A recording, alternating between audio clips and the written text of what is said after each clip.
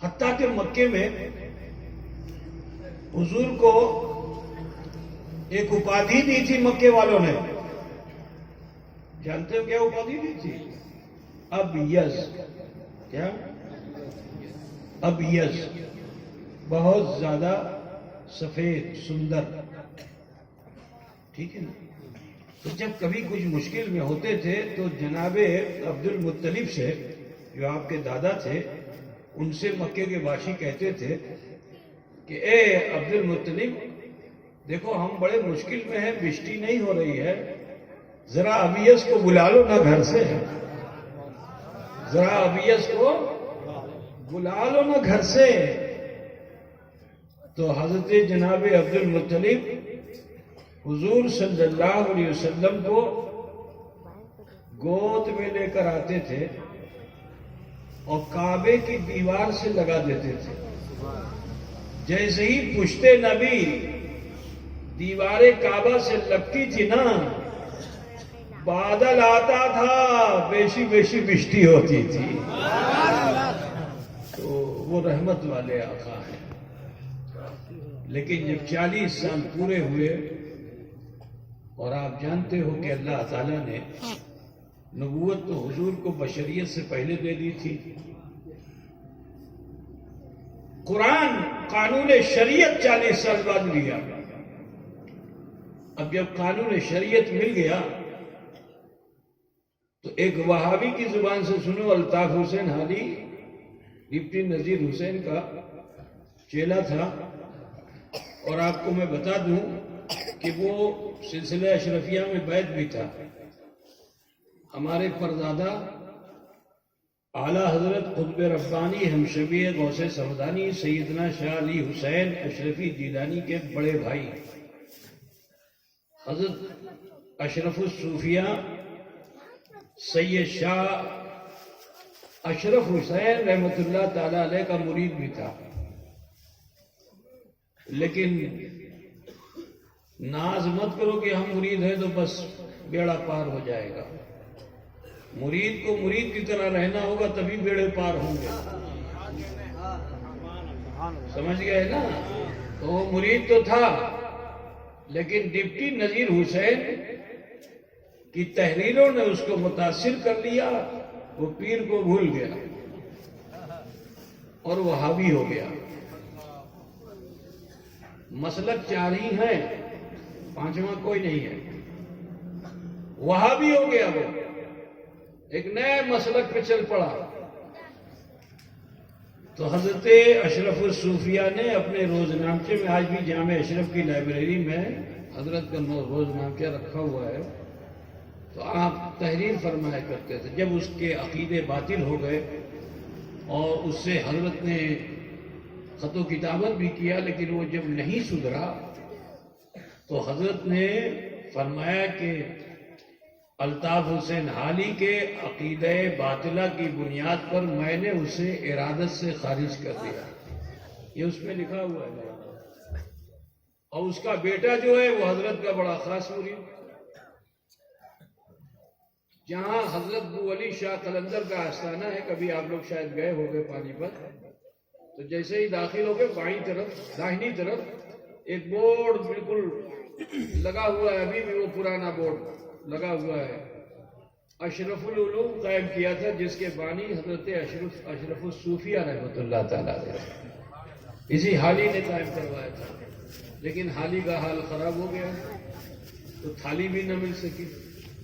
یہاں تو ماشاءاللہ بچوں کو تھالی مل گئی ہے نا، اس کو تھالی ملے گی.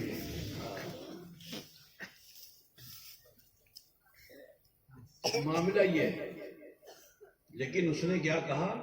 وہ نبیوں میں رحمت لقب پانے والا، وہ نبیوں میں رحمت لقب پانے والا، مرادے غریبوں کی بر لانے والا، اتر کر ہرا سے سوے قوم آیا اور ایک نسخہ کیمیا ساتھ لایا. تو یہی ہے، حق سر چڑھ کے بولتا ہے. اللہ تعالیٰ باطل سے بھی حق کا بیان کرا لیتا ہے نا. بہرحال مخالفت بڑھ گئی، شیب ابی طالب میں رہنا پڑ گیا حضور کو. بڑی تکلیفیں مکے میں حضور نے سہی. گھر والے مخالف ہو گئے. ابو لہب اشارہ کر کر کے حضور کی شان میں گستاخیاں کرنے لگا. اللہ تعالیٰ نے اسے مردود کر دیا. لیکن اس تھوڑے سے عرصے میں 9 لوگ 8 یا 9 لوگ مسلمان ہوئے. گنتی کے کتنے لوگ؟ 8 یا 9 لوگ مسلمان ہوئے. ابھی یہ 8-9 لوگ مسلمان ہوئے ہی تھے کہ نفاذ شریعت، اقیم الصلاۃ، نماز کو قائم کرو. یہ مکے کے باشی، انہیں کیا پتا کہ نماز کیا ہے؟ ہاں، عربی زبان میں لفظ صلاۃ کے 1 2 نہیں 73 معنی پائے جاتے ہیں. 73 میننگز. ہم لوگ تو صلاۃ کا معنی خالی صلاۃ نماز سمجھتے ہیں. بہت زیادہ سمجھیں گے تو دعا سمجھیں گے. لیکن صلاۃ کے معنی گھٹنا بھی ہوتا ہے. یہ جو گھٹنا ہوتا ہے نا، اس کو بھی صلاۃ بولتے ہیں. یہ جو آنکھ کا حالہ ہوتا ہے، اس کو آپ کی بھاشا میں کیا بولتے ہیں؟ کوئی بتا پائے گا؟ آنکھ کا حالہ ہے نا، جس میں آنکھ رکھی ہوئی ہے، اس کو کیا بولتے ہیں؟ نہیں بتا پاؤ گے تم لوگ. تو اب مجھے بھی سیکھ کے آنا پڑے گا بنگلہ، تب تمہیں بتانا پڑے گا، ہے نا. شاید یہ لوگ مولانا لوگ بھی نہیں بتا پائیں گے. مولانا بنگلہ جانتا نہیں، پڑھا لکھا بنگلہ میں نہیں ہے. اس نے جو کچھ پڑھا لکھا سب عربی میں پڑھا ہے. عربی میں جو پوچھو بتا دیں گے. اس کو کیا بولتے ہیں؟ حالہ. تو صلاۃ کا معنی آنکھ کا حالہ بھی ہوتا ہے، اور صلاۃ کے معنی گھوڑے کی پیٹھ بھی ہوتا ہے. اس طرح عربی بھاشا میں 73 معنی پائے جاتے ہیں صلاۃ کے. اب ذرا سوچو، آیت کریمہ تو اتنی ہی سی آئی تھی، اقیم الصلاۃ، نماز کو قائم کرو. تو جب رسول کائنات نے صحابہ کے درمیان ارشاد فرمایا اقیم الصلاۃ، تو یہ صحابہ کرام بڑے چنتت ہوئے. پیچھا کی گھوڑے کی پیٹھ آچے کہ آنکھ کا حال آچے کہ گھٹنا آچے کہ دعا آچے کی آچے. نماز تو بھول چکے تھے.